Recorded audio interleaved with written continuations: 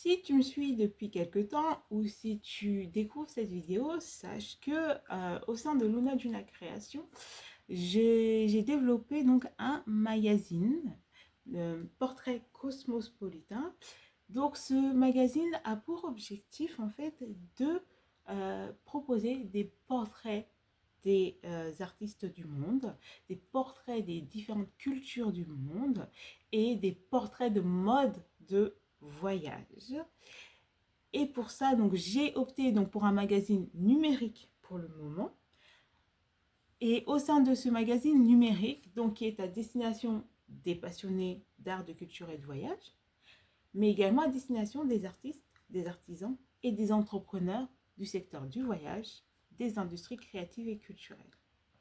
Au sein de ce magazine-là, en fait, ce qu'il faut savoir, c'est que quand j'ai débuté ou que j'ai testé les deux premiers numéros, j'ai d'abord réfléchi donc à des rubriques qui seraient intéressantes que les entrepreneurs comme les amateurs, les passionnés d'art, de culture, voyage ou les artistes artisans pourraient tous retrouver et avoir le plaisir de lire. Donc il va s'agir de, par exemple, de la rubrique du chef, de la rubrique qui concerne en fait donc des villes à explorer, des lieux à explorer, etc.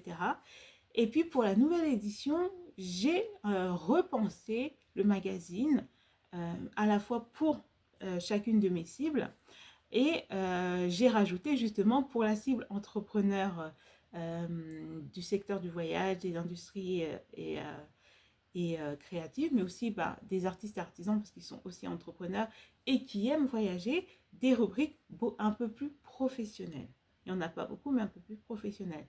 Et moi, mon objectif au sein de ce magazine, c'est comme ça que je l'ai conçu. Donc le concept, c'est de portraitiser les arts, les cultures du monde, les savoir-faire du monde, tant traditionnels que modernes, de mettre en avant, de valoriser des artistes méconnus ou émergents, de présenter en fait des restaurants, des artistes, des artisans que j'ai rencontrés ou dont le travail m'a plu, et d'en faire une sorte de portrait. Voilà, d'où portrait cosmopolitain.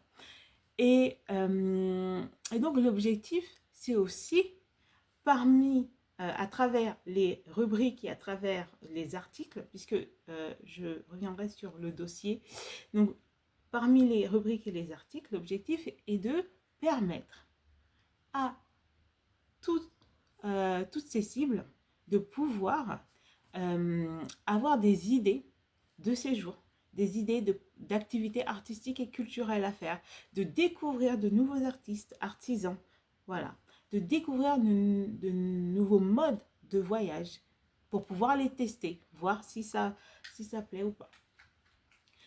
Donc, l'objectif aussi de ce magazine est de pouvoir en fait proposer des choses donc, liées à différents profils de voyageurs et de voyageuses. Donc, et enfin, comme pour tout magazine, je me suis inspirée en fait des magazines de la presse écrite. Il y a un grand dossier.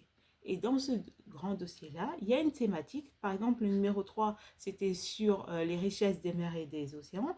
Et le numéro 4, c'est sur les mythes, contes et légendes. Donc, par rapport à ces thématiques-là, euh, au sein de chaque dossier, il y a différents articles liés à la thématique du grand dossier. Voilà. Donc, quand on veut créer un magazine, ce qui est important, c'est d'abord réfléchir au sujet que l'on va aborder par rapport, bien sûr, à sa marque. Donc, moi, c'était simple. C'était un magazine de société, d'art, de culture et de voyage. Il faut aussi prendre en compte le profil des lecteurs et des lectrices. Pour moi, c'était des artistes, des artisans, des entrepreneurs du secteur du voyage, de l'industrie créative et culturelle, et essayer de se poser la question de quels sont les sujets déjà récurrents qu'on pourrait retrouver dans le magazine et quels sont les sujets qui en fait plairaient, à qui ces sujets qui plairaient à sa cible et comment en fait aborder ces sujets-là et du coup créer des rubriques récurrentes. Voilà. Et enfin, choisir si le magazine il va être numérique ou papier ou mixer les deux.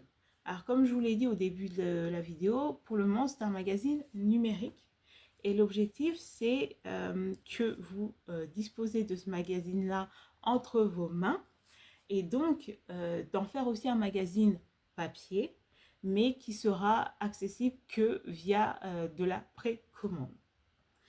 Donc voilà. Donc pour créer un magazine, première étape, c'est je réfléchis donc à la raison pour laquelle je souhaite créer ce magazine-là, en prenant en compte mes cibles.